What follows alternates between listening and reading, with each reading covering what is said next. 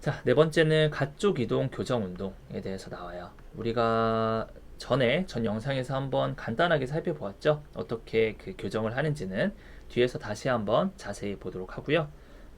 다음과 같은 증상을 보일 때 적용을 합니다. 허리나 엉덩관절 부위의 주관적인 편측성 관련통. 이 편측성. 이 편측성에 주목을 해야 되는 이유는 가쪽이니까 가쪽 이동이라는 것은 어떻게 보면 한쪽만 타겟으로 하는 거잖아요. 한쪽만 타겟으로 하는 거기 때문에 편측이 아니라 양측성으로 나타난다면 치료가 되는 플랫면이 세지탈 플랫면이 되는 게 조금 더 뭐라 그럴까 유리하다고 할까요? 조금 더 치료에 효과가 있을 수 있어요. 그러니까 세지탈 플랜이라는 거 뭐예요? 옆에서 보는 모습. 옆에서 보는 모습이라는 것은 뭐 룸바로 따지자면 룸바 로도시스를 보는 거죠. 로도시스를 보는 것이다 라고 생각하면 되고요. 지금 여기서 말하는 편측성에 대해서 이제 케어를 한다고 하면 여기에 대칭되게 한번 써볼게요. 편측성은 여기 세지탈 플랜과 대비되는 개념으로는 이제 코로나 플랜이겠죠. 코로나 플랜 혹은 프론탈 플랜이라고도 하죠. 그래서 이 플랜면이 바뀌게 되는 거예요. 치료에 대한 플랜면이 바뀌게 된다. 그렇게 되면 코로나 플랜과 이제 프론탈 플랜에 강조되는 어떤 인체의 뭐 커브라고 할까요? 그런 것은 룸바 로도시스와 대비되는 내용으로 개념으로 얘기를 하자면 어떤 뭐 펠빅의 엘리베이션 같은 것이 있을 수 있고요. 룸바의 커브가 있을 수 있겠죠. 룸바의 커브인데 이 커브가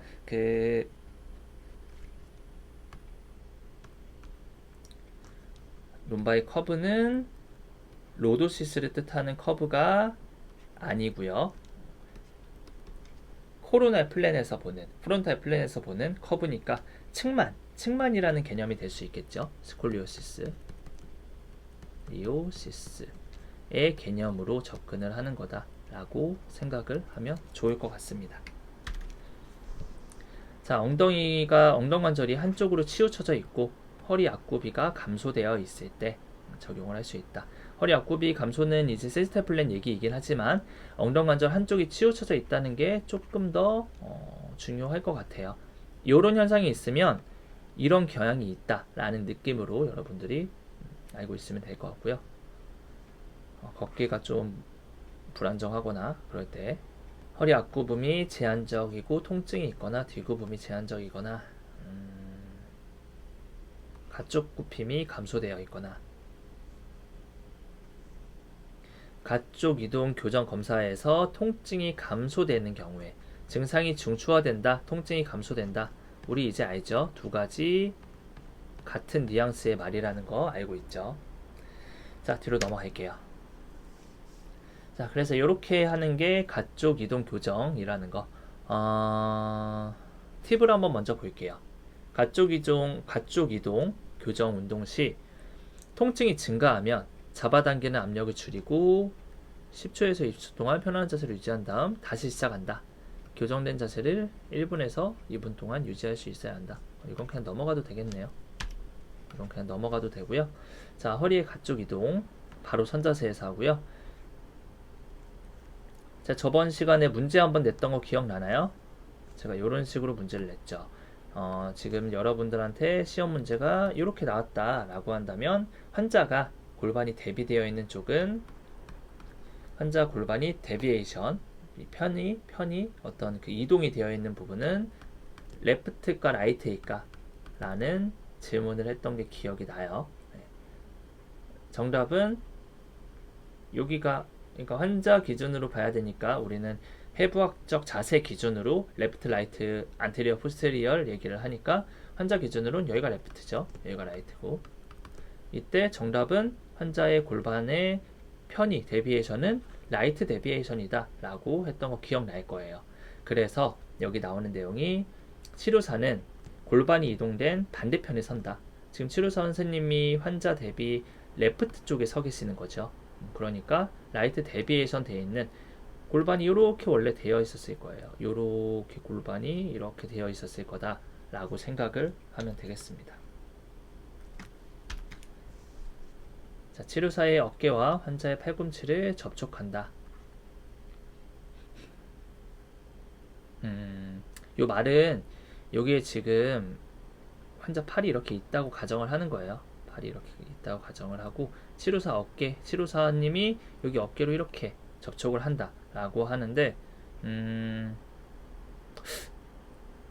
네, 이거는 뭐 케이스 바이 케이스 치료사마다 다 다른 노하우가 있을 테니까 이렇게 하는 거고요. 세 번째 치료사는 두 팔로 환자의 허리를 두르고 있죠. 엉덩뼈 능선, 일리아 크레스트를 잡고 계시는 모습이고요. 큰돌기 사이에 압력을 가해요. 그래서 자세히 보자면 일리아 크레스트가 여기 텍스트 내용으로 하자면 일리아 크레스트가 이쯤일 거고요. 큰돌기가 이쪽, 그레이트 트로칸타가 이쪽. 그래서 여기 부분을 딱 잡는다. 뭐 근육으로 따지자면 글루티우스 메디우스 정도, 메디우스가 있는 근육을 잡는다 라는 느낌이 요 랜드마크가 될 수 있겠네요. 그래서 치료사 쪽으로 잡아당긴다. 이렇게 잡아당기는 거죠. 이렇게 화살표대로 잡아당기는 모습입니다. 그러면 라이트로 데비에이션 되어 있었던 환자의 골반이 레프트로 데비에이션 되는 효과가 나오겠죠. 여기는 왜 잡아줄까요? 여기는 잡아주는 이유가 뭘까? 그냥 골반만 당기면 되잖아요. 교수님 골반만 당기면 되는데 어깨로 굳이 여기를 왜 교정을 하죠? 라고 얘기하는 친구가 간혹 있어서 설명을 해주자면 이 종이 쿠폰이 있는데 이 쿠폰을 이제 구부리고 싶어요. 이렇게 구부리고 싶어요. 그러면 여러분들이 생각했을 때는 그냥 한쪽을 잡고 이쪽을 구부린다고 생각하겠지만 아니에요. 두 점이 있어야 됩니다. 한 지점과 그리고 고정하는 무슨 점이 있어야지 이게 이쪽으로 이동이 가능하죠. 골반만 잡고 당긴다는 느낌은 그냥 여기만 잡고 이렇게 당긴다는 느낌이기 때문에 교정이 되지 않아요. 그러니까 골반 자체는 이쪽으로 이동할 수 있겠죠. X축에서 한 3 정도에 있던 골반이 마이너스 3 정도까지 끌고 올 수는 있는데 골반만 오는 게 아니라 위쪽에 있는 척추 스파인이 다 딸려오게 되겠죠. 머리부터 소라시스 룸바까지 같이 3에서 마이너스 3으로 같이 수평으로 이동을 하는 거예요. 이거는 지금 골반의 가쪽 이동이 아니죠. 골반의 가쪽 이동이라는 의미는 내 몸에 있는 다른 분절에 대비해서 뭐 인접관절과 비교해도 되겠죠. 인접관절, 가까운 관절들과 대비해서 얘에 대비해서 얘가 이쪽으로 이동을 하는 게 가쪽 이동의 의미잖아요.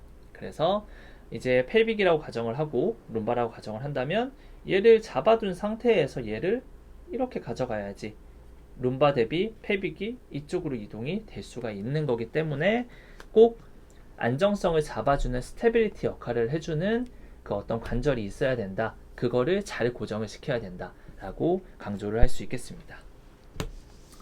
사실 저는 그 도수치료 강의를 따로 또 하고 있는데 그 강의를 할 때 강조하는 부분이 사실 이거예요. 저는 어떤 테크닉이든지 간에 요거를 강조를 많이 해요. 특히 초년차 치료사에게는. 안정성을 잘 잡아주지 못하면 치료의 효과가 굉장히 떨어질 수도 있고요. 사이드 이펙트, 부작용도 발생이 될 수 있으니까 이 안정성을 잡아주는 거, 스테빌리티를 얼마나 잘 잡아주느냐에 따라서 치료사의 실력 그리고 치료사의 몸값, 연봉이 달라진다라고 저는 생각을 합니다. 자, 또 다른 예시를 볼게요. 이거는 이제 혼자 하는 모습이네요. 가쪽 이동된 골반을 반대쪽으로 하고 벽에 기대어 선 자세. 가쪽 이동이 지금은 이쪽 레프트로 되어 있는 환자이겠네요. 레프트로 되어 있는데 가쪽 이동된 골반을 반대쪽으로 하고 벽에 기대어 선 상태가 이 말이죠. 자, 오른팔을 약간 구부리고 벽에 선다. 팔이 잘려 보이는데 구부리고 있는 오른팔이 구부리고 있는 모습이고요. 오른팔을 구부리고 있는 모습. 왼손으로 가쪽 이동된 골반을 서서히 오른쪽으로 이렇게 내 손으로 이렇게 밀어주는 거예요. 통증이 나타나지 않도록 천천히 시행을 하고요. 가능하면 셀프도 뭐 효과가 있을 수 있는데 셀프보다는 치료사가 해주는 게 조금 더 효과가 좋겠죠. 왜냐하면 이렇게 하면서 보상작용이 또 척추에 지금 봐도 약간 이런 느낌으로 척추가 나오는 것 같거든요. 이런 보상작용이 생길 수 있기 때문에 치료사가 컨트롤을 하면서 하는 게 좋은 방법일 것 같습니다.